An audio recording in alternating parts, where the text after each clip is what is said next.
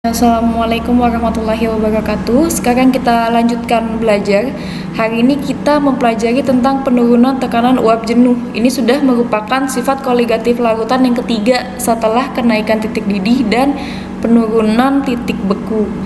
Ya, saya jelaskan dulu apa itu tekanan uap jenuh. Ya, jadi tekanan uap jenuh adalah tekanan uap yang ditimbulkan pada saat tercapai kondisi kesetimbangan. Masih ingat kondisi kesetimbangan atau kondisi setimbang? Ini adalah kondisi ketika terjadi kesetimbangan kimia, yaitu pada saat laju reaksi ke kanan sama dengan laju reaksi ke kiri. Ya, itu adalah materi di kelas 11. Silahkan di-review lagi materi kelas 11 semester ganjilnya kalau kalian masih agak-agak lupa nih, apa sih kesetimbangan itu apa? Ya, jadi tekanan uap jenuh ini terjadi ketika kondisi kesetimbangan, ya. Bisa kalian lihat di sini, ini keadaan awal yang gambar yang sebelah kiri, lalu gambar yang sebelah kanan adalah gambar pada saat keadaan setimbang gitu. Jadi zat cair ketika dalam ruang tertutup akan terjadi kesetimbangan dengan uap jenuhnya, ya. Tekanan yang ditimbulkan ini adalah tekanan uap jenuh. Jadi itu yang menjadi fokus bahasan kita saat ini ya. Jadi penurunan tekanan uap jenuh larutan gitu. Kenapa penurunan? Ini kita lihat dulu. Di sini ada tekanan uap larutan dan hukum Raoult. Jadi Raoult menyimpulkan bahwa besarnya tekanan uap larutan sebanding dengan fraksi mol pelarut dan tekanan uap pelarut murninya. Ini bisa langsung diturunkan ke dalam rumus. PA sama dengan XA dikali P0A. Ya, tekanan uap larutan itu sama dengan fraksi mol pelarut dikalikan tekanan uap pelarut murninya. Kalau pelarut murninya air, berarti nanti di data akan diberikan ya tekanan uap pelarut murni atau tekanan uap air berapa gitu. Nah, ini ada fraksi mol pelarut ya. Ini adalah salah satu konsentrasi. Di video pertama sudah saya jelaskan bagaimana cara menghitung fraksi mol.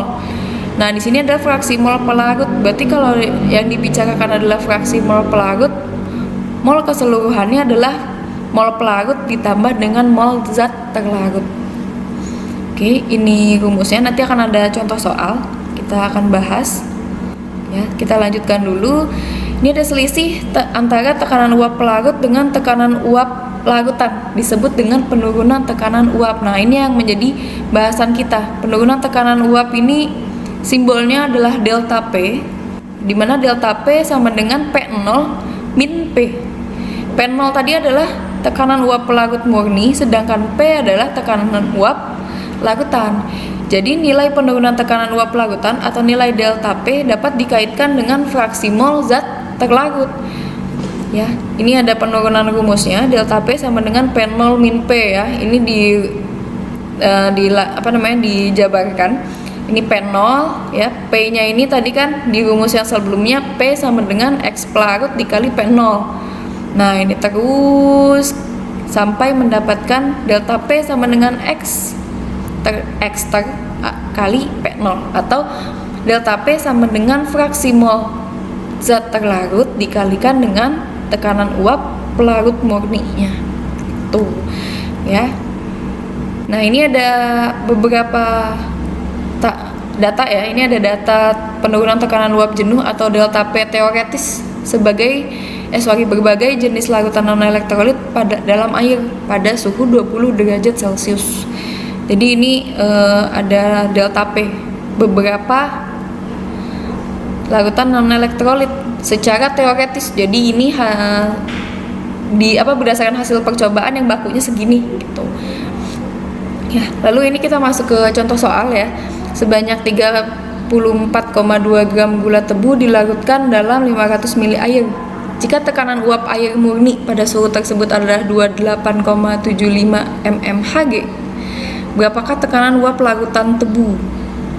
Ya, untuk penyelesaiannya seperti biasa, yang pertama adalah kita harus mengetahui apa-apa saja sih yang diketahui dalam soal gitu. Kita harus mencari dulu apa-apa saja yang diketahui dalam soal.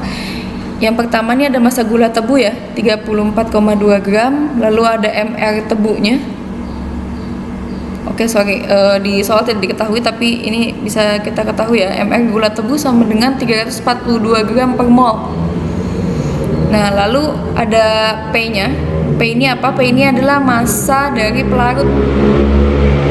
Massa pelarutnya adalah 500 mili air atau 500 gram, karena massa jenis air sama dengan 1 gram per mol. Jadi 1 mili air sama dengan 1 gram massanya.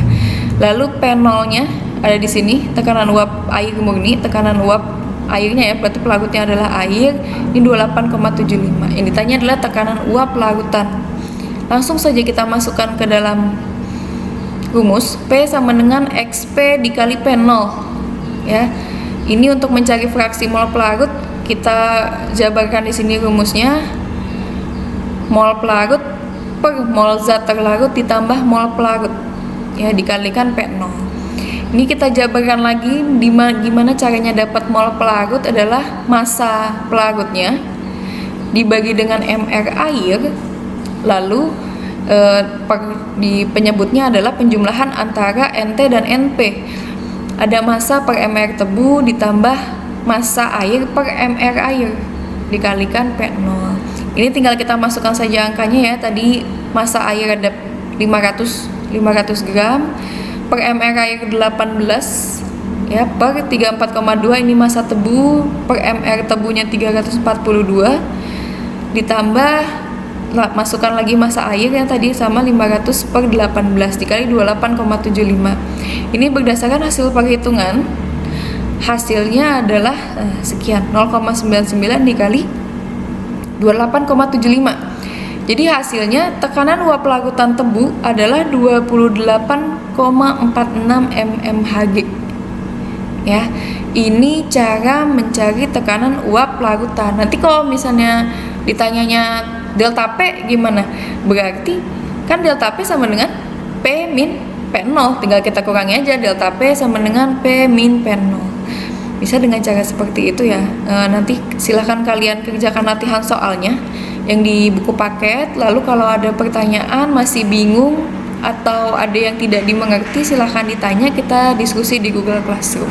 Assalamualaikum warahmatullahi wabarakatuh.